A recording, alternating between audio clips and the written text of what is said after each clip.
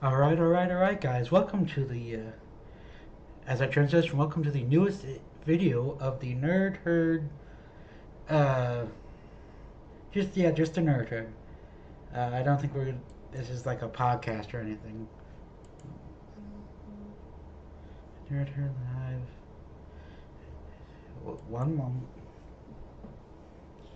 Yeah. So this technically isn't a podcast, but I'm gonna treat it like an episode of the podcast where me and Nathan are talking. I'm just gonna bounce a couple ideas off of you guys. By the way, I'm trying something a little bit new, so if you guys you know think about want to talk about it, comment down below about what you're thinking. Anyway, so as you no doubt read the title and maybe even the description, I'm going to be talking about one of my not my descriptions. Nathan's not the only one who doesn't understand English. But I'm going to be talking about one of the only dislike I have with the TV show Avatar: The Last Airbender, the animated one, not the live action TV show, which I will release a video on that at some point.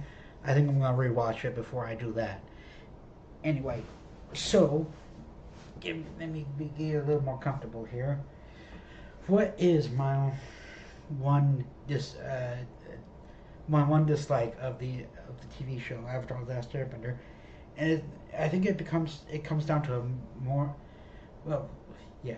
Part of what it is it comes down to a moral disagreement or a potential moral disagreement I have with the main protagonist Aang. So in the finale of Avatar: The Last Airbender, great show, greatly animated, great anything.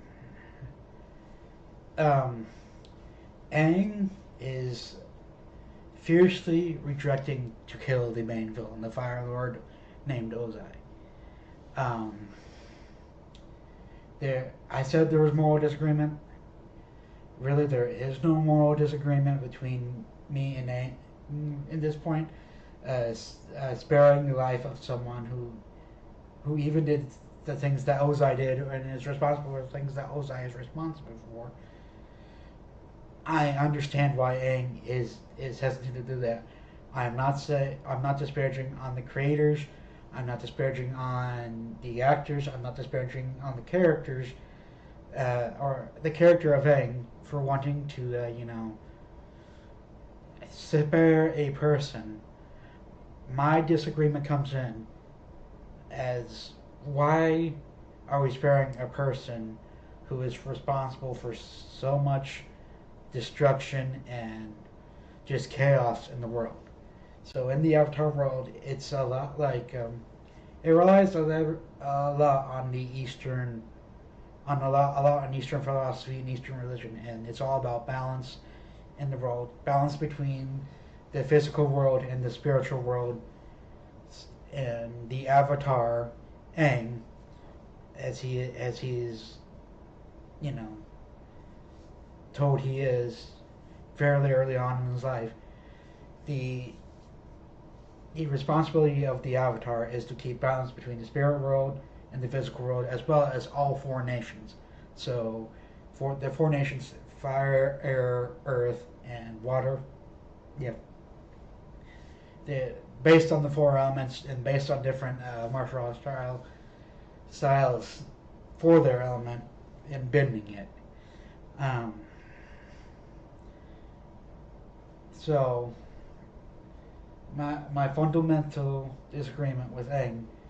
Well, I agree. Hey, if we can spare a life, let's spare a life and not cause any more undue suffering, to one person or to many people. But uh, this is there comes a point in life where someone has to realize that you know I have to be careful because I don't want to say like the good of the many comes before the good of the few. But there comes a time where you have to realize that certain people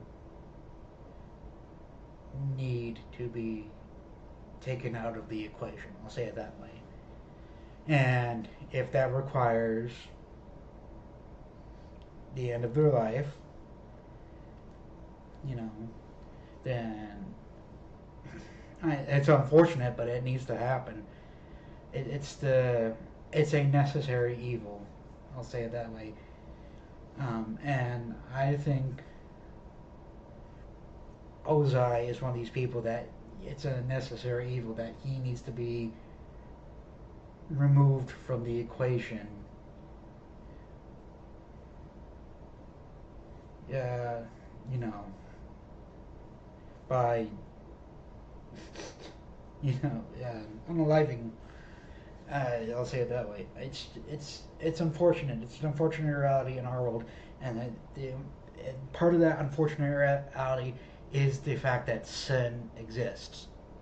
So, you know, in the real world, I'm gonna draw this into I'm gonna draw comparisons from the real world because that's the experience I have in my world. I have, in the real world, sin and death are a real and and impact and it greatly they are a real and heavy part of our world. It's a great impact on our world that sin and death have. Um, and while the Western idea of sin, or the Christian idea of sin, is not present within the world of Avatar,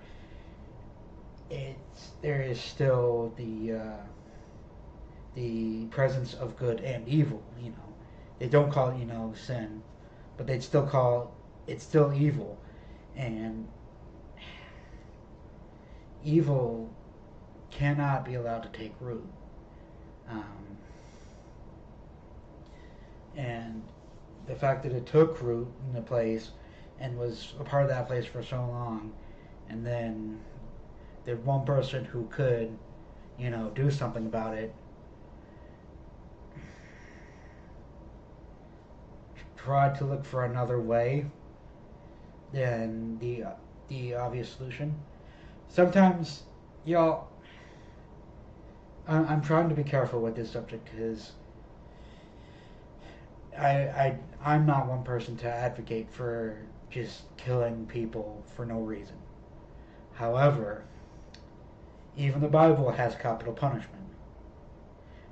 You see it very early on in the history of the world. If a man's blood is shed, then if a man sheds another's blood, then by man's blood shall his blood be shed. That's the entire thing I'm doing is that I think that's the driving idea of what I'm doing is in this fallen and sinful world, in this degrading world, sometimes on very rare occasions capital punishment is necessary.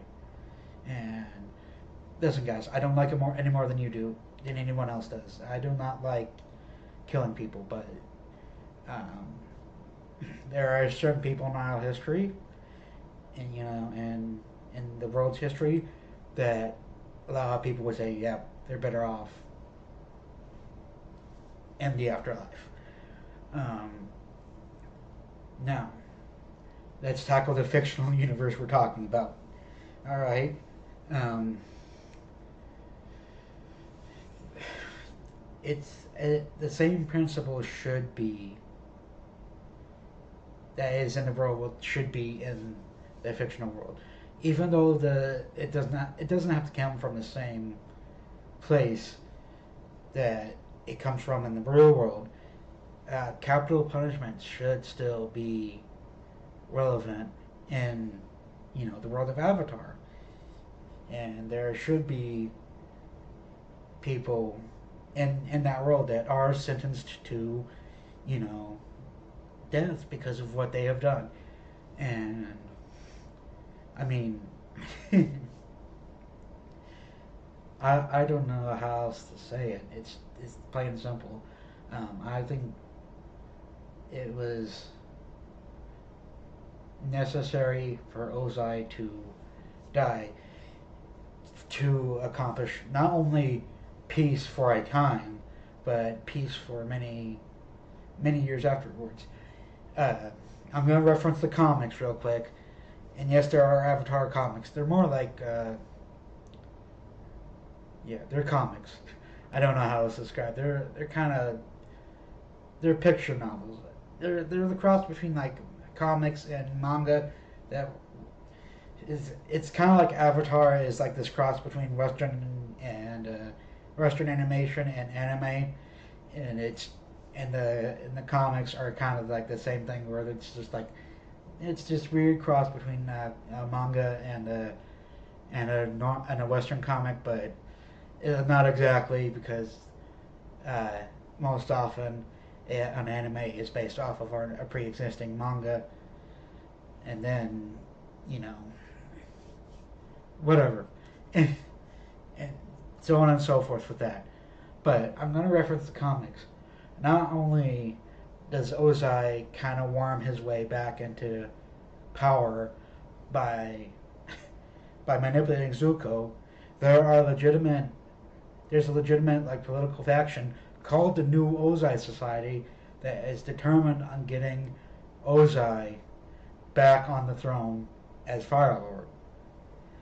So, if Ozai isn't there, it prevents Zuko from being, manipulated by his dad, even though his sister is still there, and it might lead to a smoother transition of power, because a lot of the Fire Nation monarchy relies on what a lot of old monarchies died when the old king passed away. The new king took place.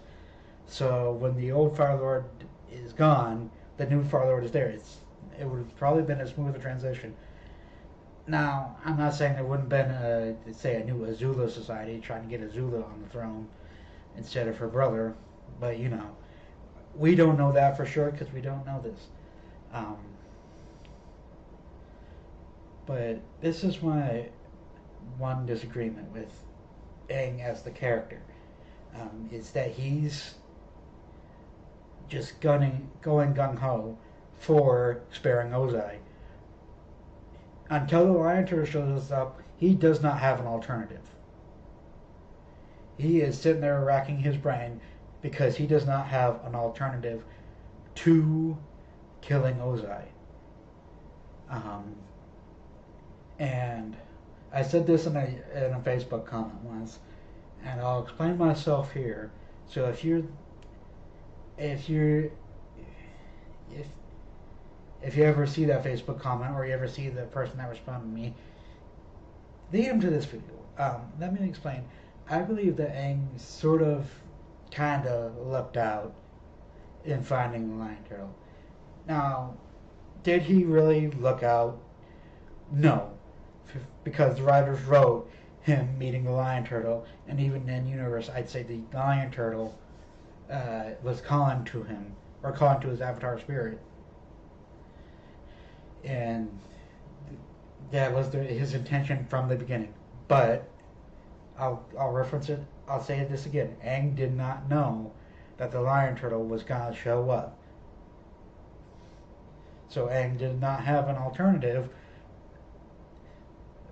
to peacefully resolving, the war without killing Ozai. Because if he had that Ozai escape, he would just, continue to rain chaos on the world until Aang was forced into the same situation he was in, and then ultimately forced to, administer judgment on Ozai. Now, does that mean I've said I disagree with this? Does that mean I disagree with the show writers in writing the show this way? No. Because ultimately, I think the show is a good show. I think it works. I think the ending works, but what I would have preferred to see is Aang come to the realization, with or without the Lion Turtle, uh, him come to the realization that, hey, I, this is necessary. This is, I may not like it. But this is the right path. He even calls on his previous lives to fill in, to give him wisdom.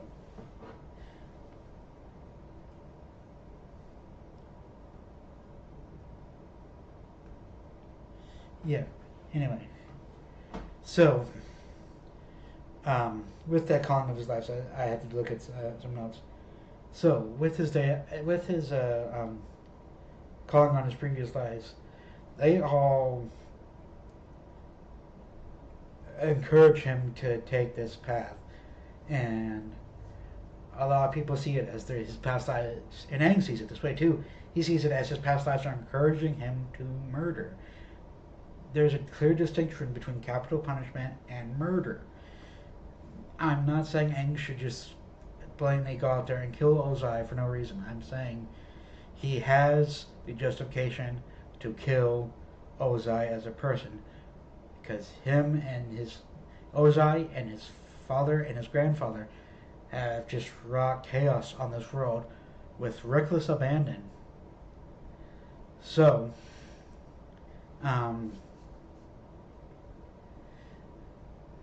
there is one more point I want to make. What was that? I don't remember. Oh, right. So, his past lives are encouraging the murder. Roku, and I want to make this clear, the Avatar before Aang, this is kind of his fault, because he could have ended this war before it started. Now, again, I'm not saying he should have killed Fire Lord Sozin before all this happened. I think Roku should have stayed in the Fire Nation and been like, "Hey, every time you go out and try to conquer, I'm gonna come here and beat you up until Sozin got through his head. This isn't worth it. I have the Avatar against me, along with all the other nations." Yoshi, she doesn't explicitly tell him to kill. She references her battle with someone called Chin the Conqueror, who died as a result of something she did. She says she doesn't see a difference. I don't see. I don't see any reason why she would believe that there is a difference between, what she did and. But I assume that Chin was also causing havoc in the world, and she was prevented it. But they are encouraging him to be decisive. They're encouraging him to be, you know, to face this problem head on.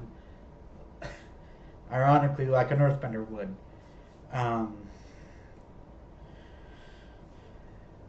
Now, I want to get to one of Aang's lies that says something actually kind of profound. Yang Chen, the air nomad avatar that precedes Aang directly in the avatar cycle, she says something. She understands where Aang is coming from, because she was raised in the same culture he was. Well, if they weren't the same culture, they were very, very similar. But she understands where Aang is coming from, because what the monks taught him is what the monks taught her. But she makes it very clear to Aang, like, you cannot fully embrace the monks' teachings, because you are the avatar. Your duties come before your personal feelings. And this is where I began. To disagree with Hank. Is he is acting like a child, and again, he's 12 years old, and probably, even though he has his master's tattoos, you see that throughout the series. Just because he's a master at the physical side of the bending doesn't mean philosophically speaking he is a master at life. You know, and again we see very early on in the series that when he goes back to his home, to his temple, there are dead firebenders everywhere. And how did that happen? The airbenders, including the one who was his teacher, Monk Gyatso. So the airbenders weren't opposed to violence if it was in self-defense. They weren't opposed to taking another person's life if it was in self-defense, which, you know, was what was happening. They were fighting to survive. Um, so that's from the airbender side. So I don't think Aang quite understood all the teachings his mentors were giving him, or in his past lives were giving him. Also, Aang is a massive hypocrite. Again, in defense of Aang, he is a child. He is 12 years old. He's not mature enough to realize, hey, I cut all these trains off these tanks and buried them in an avalanche. Those soldiers probably aren't going to survive. I just sent a bunch of, hot, flaming rocks down towards this ship. They're probably not going to survive. The one exception I'll give him is when he was merged with the ocean spirit. But even then, the ocean spirit was still acting through him, and he was letting it happen. So, in conclusion, because I want to wrap this video up and get to some other things. In conclusion, Aang is a child that never fully really grasped what war is. Which leads him to be hypocritical, because he does things earlier in the series and then says, I don't want to do things. I didn't even bring up the time where his bison was stolen and he randomly killed one of the animals in the desert for no reason, other than he was angry. Again, that could be chalked up that he was a child missing one of the last links to his kind. But even so, it's something to point out. So because he's a child that's never really acclimated to the price of war, he never really understands the price of war. And sometimes the price of war is the life of someone else, and sometimes the price of war the price to end a war is the life of your enemy. Because you have to realize that one day, if you leave your enemy alive, they will come back and try to and start another war. Maybe, I don't know. All right. With that, let me get one last transition prepared up here. Check out the Patreon and the description down below. Otherwise, have yourself